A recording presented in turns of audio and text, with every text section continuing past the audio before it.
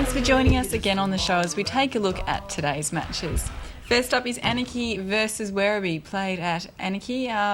Bertie, what can you say about this game? About which game? Were you listening to me? Sorry, I was somewhere. so. No, I was somewhere else. Sorry.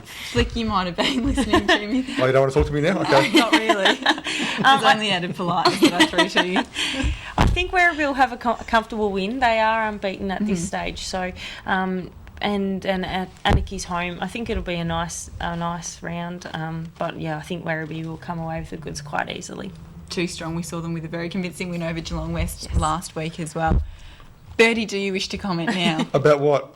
Anarchy versus Werribee. Is that a game coming up today? It is. Anarchy and... Well, actually, I was surprised, because Anarchy played North last week, and I really thought they'd do a better job than what they did. But as far as defence-wise, Caroline Robertson there, and she's normally a pretty tough defender to play against. But I think, Werribee will take the points today. Yeah. And we must mention Julie Cotter last week scoring 50 goals out of her side's 56 against Anarchy. Yeah, great effort. So great effort. Is that Julie's because she's so strong, or is that the weak defence of Anarchy? Well, look, the thing is, Anarchy's defence aren't half bad, like I said, but it's Julie. Julie's not. Julie's been around North Geelong for years and years and been in the league ever since its inception, and she just plays nice and close to the goal ring, and the feeders know that she's there, and she just uses her body really well. And a lot of defenders have a hell of a hard time just trying to stop her. So, it's really good to see. Julie, and I mean, no offence, Julie, you're not a spring chicken anymore, but she is just raking in the goals, like 50 goals in a game. That's amazing. In 60 minutes of netball, that's just absolutely amazing. That's fantastic. Flick, you guys are up against North Geelong today. How do you think your defensive players will match up against Julie? I believe we've got our full team this week, so I think though we should come away with the points there. I think it'll be a good tight match though. With the likes of Lauren Horton in there, who does a fantastic job, and Amy Worth as well. They're both beautiful players to watch. So I think that should be a good game there.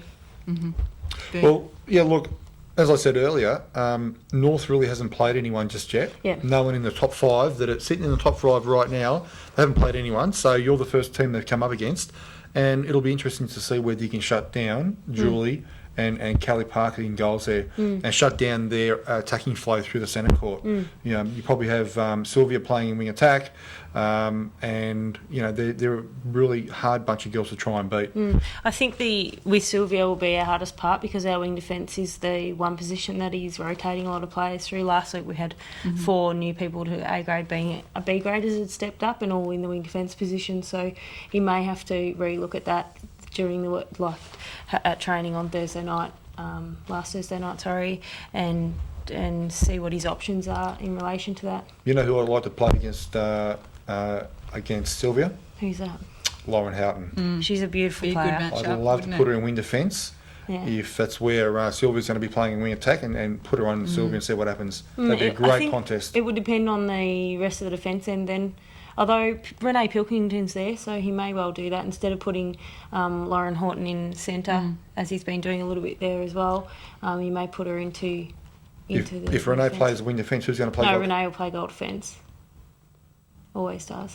Okay, but I'm talking about wing defence. Yeah, mate, he's been playing... Lauren Horton has been playing a few positions in goalkeeper when the other girls have been away as well. So who's going to play defence? Amy Worth and Renee Pilkington. Okay. Yeah, there are 2 goal defence goalkeeper. So okay. He may well be playing. And Lauren in wing defence. That's what I want, yeah. But you just said you might play Renee against Sylvia. No, sorry. No? Okay. Right. We're moving right along. Let's move along. Thompson plays Bannockburn today. What can we really say about that one? A big win for Thompson, you'd expect. Yeah, look, I really can't see Bannockburn, doing any damage to Thompson. Thompson have been playing really well lately. Jeanette Davis, Julia Ladgrove through the centre court there. You've got Georgia Young and Sonia in defence. You've got the 3 goalers, Michelle, Nicole Traynor, and also Rebecca White, and they're just running rampant at the moment. They're really haven't left off from where they won their grand final last year. In the other two matches today, Inverleigh is playing East Geelong and Corio versus Bellpost. I would expect both of these games to be reasonably close. Good contests. Yeah, look, Inverleigh, who's Inverleigh playing again? East Geelong. East Geelong, that will be a good game. I think after East Geelong's lost to Thompson last week, and I didn't expect it to be as large as what it was, but they'll be wanting to jump back this week and make amends for their loss last week. And the Bellpost Hill and Corio, that'll be another good game. Heading along to that one? I don't know yet. I'm not sure where I'm going to be going, but after watching Corio last week, and they came away in the second half against Belmont to record a good win last week. Of course, Bellpost Hill came together last week, played 4 great quarters against Inverleigh. It's going to be a good game. It's at Corio actually. It's at Corio's home ground. So look, I think Bellpost Hill will win if they've got their full team and everyone turns up for training. Flick, you're shaking your head. She's shaking her head. Are you shaking your head at Flick? Oh, the game that we're watching at the moment. I just... Oh, okay. I thought you were shaking your head at me. No. Sorry, I wasn't even listening to you, Bertie. What? What did you say? Fano, get security in the way. You've got to remove her from this. All right. But look, I think Bellpost Hill will just get home over Corio. What do you think about that one, Flick? Yeah, Flick.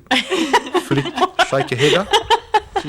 You're on the spot. I think this will be a close game. It's at Corio's home and they play well there. But Bellpost Hill did have a good win on the weekend there. So and as you said, they're starting to play 4 quarters together as a team now. So surely that Bellpost Hill should have a win, but I think it'll be close. I think one of the keys is stopping Michelle Rosakis in goals for Corio. I watched the last week and she's really good. She shoots her percentages in the 90%, and her delivery of the ball to the other goal, the goal attack, she just gets it and the ball's just released immediately. Straight away. The defenders don't even know what's going on. The ball's just whizzed past their head. Now, Michelle is not coaching this year, is that correct? No, she's coaching. She is coaching still? Yeah, still coaching. Okay, so she's just starting to settle, I suppose, a bit more. 'Cause I think last year she hadn't played outdoors before.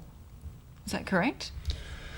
Maybe. I mean, she's come from Queensland. She's playing with the Firebirds at one stage, so she would have played a lot of indoor netball. Indoor, yeah. Maybe when she was younger, she would have played outside, I'm sure.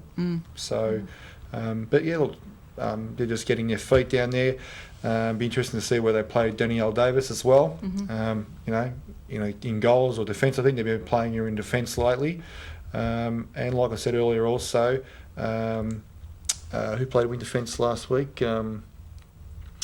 Brooke Malia, whether she plays in centre or wing attack, just to give them a little bit more drive there. It's where she plays when she plays under 17s. But then, of course, you've got Amy in wing attack there.